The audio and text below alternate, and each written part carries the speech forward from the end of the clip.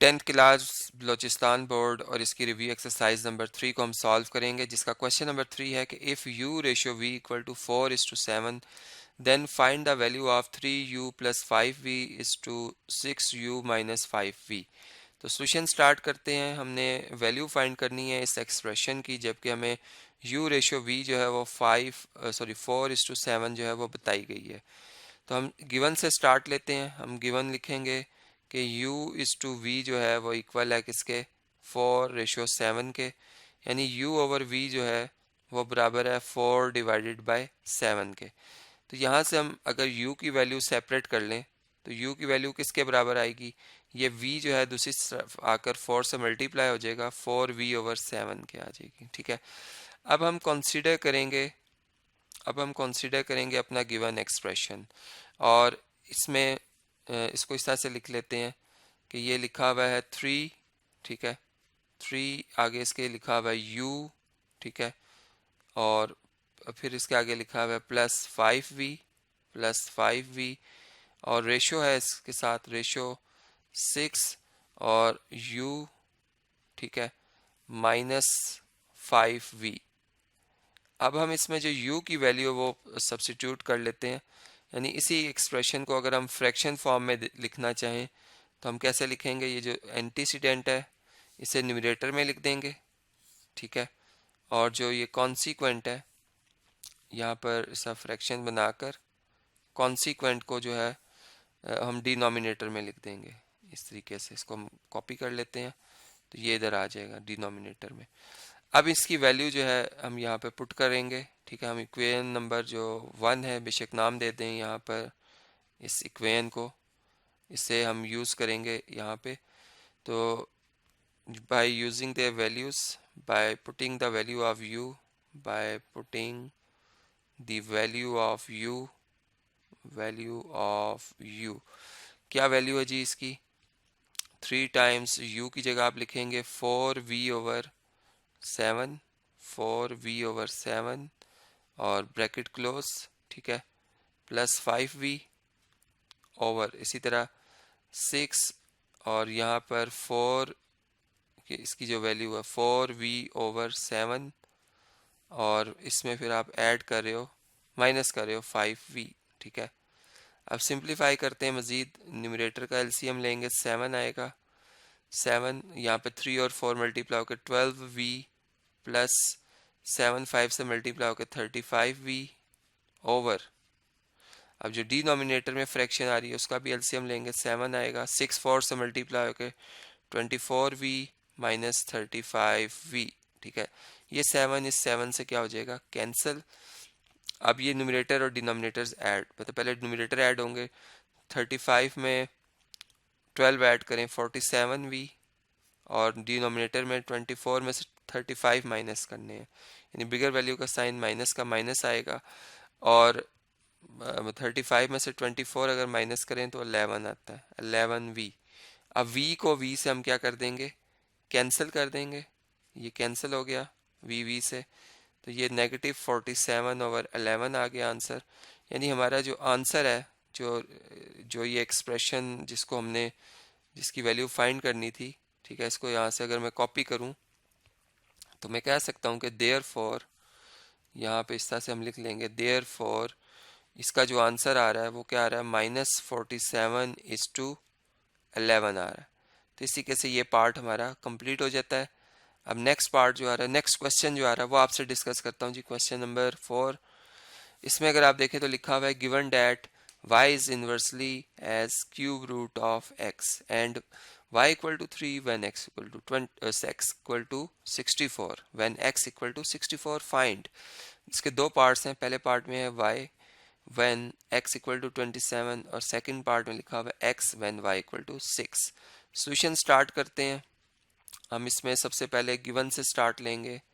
Given जो result है, जो रिलेशन है इनमें y का क्यूब रूट ऑफ x के साथ, वो है इन्वर्स का, और यहाँ पे इक्वालिटी का साइन ले आएंगे हम, y equals to k over cube root of x। अब k की वैल्यू फाइंड करने के लिए हमें ये दो वैल्यूज़ जो हैं वो बताई गई हैं, ठीक है। इन दो वैल्यूज़ को हम यहाँ पे पुट करेंगे। हम पुट करेंगे y को 3 के इक्वल और x को 64 के इक्वल। तो y की जगह 3 के as it is cube root of 64। अब क्यूब रूट ऑफ 64 जो होता है वो 4 के बराबर होता है, ठीक है। यानी 3 इज इक्वल टू आ जाएगा k ओवर 4, और 4 इधर आकर 3 से जब मल्टीप्लाई होगा तो 3 4s आर 12, k की वैल्यू कितनी आ जाएगी 12, ठीक है। तो देयरफॉर या दिस इम्प्लाइज जो रिलेशन है y इक्वल्स टू वो बन जाएगा 12 over cube root of x, ठीक है। तो ये वो फार्मूला है जो कि अब हम यूज़ करेंगे, ठीक है। इसे हम इक्वेशन नंबर ए कह देते हैं, पार्ट 1 के लिए भी और पार्ट 2 के लिए। पार्ट 1 के लिए हमने y फाइंड करना है और x जो है उसकी जगह क्या पुट करना है 27 इन इक्वेशन नंबर 1, ठीक है। तो इसको सिंप्लीफाई करते हैं। देखें y इज इक्वल टू आ जाएगा 12 over 3 times of square root of 27, sorry cube root of 27, ये सॉरी ये 3 जो था वो क्यूब रूट था, ये इंडेक्स है रेडिकल का, ठीक है। तो y इक्वल्स टू आ जाएगा, अब देखें क्यूब रूट अगर 27 का लिया जाए, क्योंकि 3 का क्यूब होता है 27 और क्यूब रूट में जो पावर 3 है वो कैंसिल हो जाएगी, तो 3 आंसर आ जाएगा हमारा। यानी y की वैल्यू जो है वो क्या आ जाएगी 4। इस तरीके से ये पार्ट जो है हमारा कंप्लीट होता है। अब नेक्स्ट पार्ट जो है पार्ट नंबर 2, उसकी वर्किंग जो है वो कर लेते हैं। पार्ट 2 में वो क्या कह रहे हैं जी कि x फाइंड करना है व्हेन y इक्वल टू 6। तो इसमें हम पुट करेंगे x को जो बल्कि पुट करेंगे y को, y की वैल्यू बताई गई है, y के लिए y की वैल्यू 6 बताई गई है इन इक्वेशन नंबर 1 या ए इक्वेशन में, यहाँ भी ए लिख देते हैं क्योंकि ये इक्वेशन नंबर ए थी, इसका नाम ए था। तो देखें इसमें आ जाएगा जी y की जगह 6 12 over cube root of x। ये क्यूब रूट ऑफ x को आप इधर शिफ्ट कर लें तो क्यूब रूट ऑफ x किसके बराबर आ जाएगा 12 डिवाइडेड बाय 6, और अगर आप 12 और 6 से डिवाइड करें, ठीक है, तो आंसर आता है 2। अब क्यूब रूट जो है वो किसके बराबर है 2 के बराबर है, तो हम यहाँ लिख सकते हैं कि क्यूब रूट ऑफ x जो है वो किसके बराबर है 2 के। Taking cube on both side, जब आप क्यूब लेंगे on both side, cube on both side, तो x इज इक्वल टू आ जाएगा 2 क्यूब और x इक्वल टू आ जाएगा 8। तो इस तरीके से x जो है वो हम फाइंड आउट कर सकते हैं। अब नेक्स्ट जो क्वेश्चन है क्वेश्चन नंबर 5, वो आपसे डिस्कस करता हूँ। क्वेश्चन नंबर 5 में लिखा हुआ है using componendo and dividendo theorem find the value of x minus 5y over x plus 5y minus x minus 5z over x plus 5z if x is equal to 5yz over y plus z। तो इसका solution start करते हैं। देखें इसके लिए हम ये कहते हैं कि जो गिवन है हमें x की वैल्यू वो हम यूज़ करेंगे। x की वैल्यू किसके इक्वल है 5yz over y plus z के, ठीक है। अब कंपोनेंडो डिविडेंडो थ्योरम लगाने के लिए हमें 5 के डिवाइजर में x के डिवाइजर में 5y चाहिए, क्योंकि x माइनस 5y चाहिए, इसलिए आप इधर लिखेंगे x ओवर 5y, ठीक है। ये जो फैक्टर है 5y ये x से आके इधर डिवाइड हो गया, ठीक है। यहाँ पे सिंपल z रह गया ओवर y प्लस z लिखेंगे हम। अब यहाँ पे हम यूज़ करेंगे कंपोनेंडो डिविडेंडो थ्योरम, ठीक है। Dividendo theorem short form TH लिख दिया मैंने। तो इसके लिए क्या होता है न्यूमरेटर में, बल्कि इसमें अगर हम डिविडेंडो कंपोनेंडो लिख दें तो इसमें ये हो जाएगा कि ऊपर माइनस और नीचे प्लस आ जाएगा, ठीक है। मतलब कंपोनेंडो डिविडेंडो की जगह डिविडेंडो ये भी लिख सकते हैं, डिविडेंडो कंपोनेंडो थ्योरम, या अगर फॉर एग्जांपल अगर हम कंपोनेंडो डिविडेंडो थ्योरम ही लगाते हैं तो हम ये भी कर सकते हैं कि बाद में इस पे इन्वर्टेंडो थ्योरम अप्लाई कर लें, ठीक है। यानी यहाँ पे तो हम लिखेंगे x प्लस 5y और डिनोमिनेटर में आएगा x माइनस 5y, ठीक है। और दूसरी तरफ आएगा y प्लस z, क्योंकि डिवाइजर में y प्लस z है, ठीक है। और ये बल्कि z ही है, z ये मैंने x लिख दिया इसको, ये है z plus y plus z over z minus y minus z, ठीक है। अब ये कैंसिल हो जाएंगे जेड जेड जेड से, ठीक है। और इसको फर्दर अगर हम सिंप्लीफाई करते हैं तो x plus 5y over x minus 5y, ये किसके इक्वल आ रहा है? ये इक्वल टू आ जाएगा 2z plus y over minus y के। और अब इस पर यूज़ कर लेते हैं हम using invertendo theorem, invertendo invertendo theorem, ठीक है। तो जब हम वो थ्योरम यूज़ करेंगे तो इन्वर्स ले लेंगे, यानी रेसिप्रोकल आ जाएगा। एक्स माइनस 5y न्यूमरेटर में शिफ्ट हो जाएगा और एक्स प्लस 5y डिनोमिनेटर में शिफ्ट हो जाएगा। दूसरी तरफ भी यही वर्किंग करनी होगी, तो y over y plus 2z, इसका भी हम इसको अरेंज करके भी लिख सकते हैं। तो इसे हम कह देंगे इक्वेशन नंबर ए। अब हम अगेन इसी जो गिवन हमें x की वैल्यू गिवन है इसको यूज़ करेंगे। इसी को मैं कॉपी कर लेता हूँ यहाँ, ठीक है। और इसी से हम अब जो ये सेकंड फ्रैक्शन है वो बनाएंगे कंपोनेंडो डिविडेंडो थ्योरम यूज़ करके। इसकी वर्किंग आपसे शेयर करता हूँ स्क्रीन पे भी। तो ये देखें गिवन जो थी वैल्यू उसको दोबारा यूज़ करने जा रहा हूँ मैं, जबकि इस एक्सप्रेशन की इस फ्रैक्शन की वैल्यू हमने फाइंड करनी है। तो इसके डिवाइज़र में अगर देखें, इसमें अगर देखें तो 5z, यानी x में से 5z माइनस और x में 5z ऐड हुआ, इसका मतलब x के डिवाइज़र में हमें 5z चाहिए। तो x ओवर 5z किसके इक्वल हो जाएगा? y over y plus z के, ठीक है।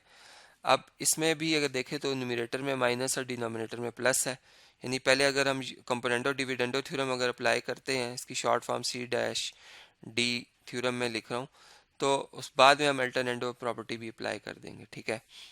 तो इन्वर्टेंडो सॉरी प्रॉपर्टी अप्लाई कर देंगे। तो अब इसमें क्या हो जाएगा? x प्लस 5z ऊपर आएगा और x माइनस 5z नीचे आ जाएगा, जबकि दूसरी तरफ y में ऐड होगा y प्लस z और y में से माइनस होगा y भी और z भी। तो ये बन जाएगा x plus 5z over x minus 5z किसके बराबर? 2y plus z over minus z के, चूँकि y से क्या हो जाएगा? कैंसिल हो जाएगा। अब यहाँ हम यूज़ कर लेते हैं इन्वर्टेंडो प्रॉपर्टी। यहाँ लिख लेता हूँ मैं using invertendo theorem, short form TH theorem.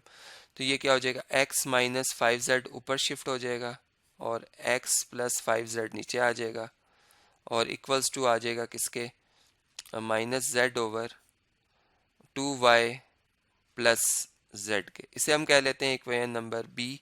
अब इक्वेशन नंबर ए और बी को भी मैं यहाँ पे पहले शेयर करता हूँ स्क्रीन पे, और जो एक्सप्रेशन फाइंड करना था जिसकी वैल्यू वो भी शेयर करता हूँ, और फिर इसकी वर्किंग आपसे शेयर करता हूँ। जी, तो ये ए और बी इक्वेशन लिखी हुई है और ये वो एक्सप्रेशन है जिसकी वैल्यू फाइंड करनी थी। तो हम क्या करेंगे, इधर लिख देंगे using equations A and B, A and B, यानी कि अगर आप इस तरह देखें तो ये बी इक्वेशन, ये ए इधर यूज़ होगी, ठीक है, और बी जो है वो इधर यूज़ होगी। तो इनकी वैल्यूज़ इसमें पुट करते हैं और देखते हैं क्या आंसर आता है। इसी एक्सप्रेशन को बल्कि मैं यहाँ पर इसको कॉपी कर लेता हूँ, ठीक है। ये वाला जो एक्सप्रेशन है इसको यहाँ से हम कॉपी कर लेते हैं, यहाँ ले आते हैं और इनमें बल्कि सेपरेट कर देते हैं, एक लाइन पुट करते हैं ताकि वर्किंग जो है वो मिक्स ना हो जाए, ठीक है। अब इनकी वैल्यूज़ में दर्ज करें तो देखें x minus 5y over x plus 5y किसके इक्वल है? Minus y over y plus 2z के, 2z, इसको 2z लिख देते हैं, 2z, जबकि बीच में माइनस का साइन है और यहाँ भी माइनस का साइन है, तो ये प्लस हो जाएगा z over 2y plus z, ये आ जाएगा। अब इसको हम सिंप्लीफाई करते हैं मज़ीद, मतलब इनका एलसीएम अगर लें तो एलसीएम में क्या आएगा? एलसीएम में इन दोनों का प्रोडक्ट आ जाएगा y प्लस 2z और 2y प्लस z, ये आ जाएगा। जबकि न्यूमरेटर में माइनस y से मल्टीप्लाई होगा 2y प्लस z और प्लस z जो है इससे मल्टीप्लाई होगा y प्लस 2z। अब इनको मल्टीप्लाई करते हैं, देखते हैं क्या आंसर आता है। माइनस वाई जब मल्टीप्लाई होगा 2y से तो minus 2y square minus 2yz आ जाएगा। इसी तरह प्लस yz प्लस 2z² आ जाएगा, ठीक है। और डिनोमिनेटर को अगर हम मल्टीप्लाई करते हैं 2y से मल्टीप्लाई कर 2y², यानी 2y से y मल्टीप्लाई और yz आ जाएगा। फिर 2y से मल्टीप्लाई तो 4yz आ जाएगा, और 2z जब z से मल्टीप्लाई होगा तो 2z² आ जाएगा, ठीक है। यानी अब न्यूमरेटर में अगर आप देखें तो यहाँ पे अगर आप इसको चलें, यहाँ ये अगर देखें तो ये 2y नहीं आना था, बल्कि हमसे ये गलती हुई है, -yz है ये, ठीक है, -yz है ये, 2 मैंने एक्स्ट्रा लिख दिया इसमें, ये वाला माइनस मतलब 2 जो है नहीं आएगा, yz आएगा सिंपल, ठीक है। यहाँ पे yz है, इसको चलें करेक्ट करके लिख लेते हैं, क्योंकि -y जब z से मल्टीप्लाई होगा तो -yz आएगा। अब आप ये देखें कि ये दो टर्म्स जो है -yz और +yz ये कैंसिल हो रही हैं, ठीक है। इन दोनों में से आप 2 कॉमन ले सकते हैं, तो अगर आप इनमें से 2 कॉमन ले लेंगे और अगर आप चाहें तो इसमें से -2 अगर कॉमन ले लेते हैं तो ये टर्म y² पॉजिटिव साइन की हो जाएगी, और ये टर्म जो है -z² हो जाएगी, यानी नेगेटिव साइन की हो जाएगी। और इसके डिवाइज़र में अगर आप देखें तो ये 2y² लिखा हुआ है, 2y² लिखा हुआ है, प्लस 4yz और 1yz ऐड हो तो 5yz आ जाएगा, और प्लस 2z² आ जाएगा। तो इसी के से ये जो एक्सप्रेशन था जिसकी वैल्यू फाइंड करनी थी by using componendo dividendo theorem, वो हमने यहाँ पे फाइंड आउट कर लिया। अब इस वीडियो को मैं कंटिन्यू कर रहा हूँ नेक्स्ट वीडियो में, जिसमें मैं इसी एक्सरसाइज का जो लास्ट क्वेश्चन है वो आपसे डिस्कस करूँगा।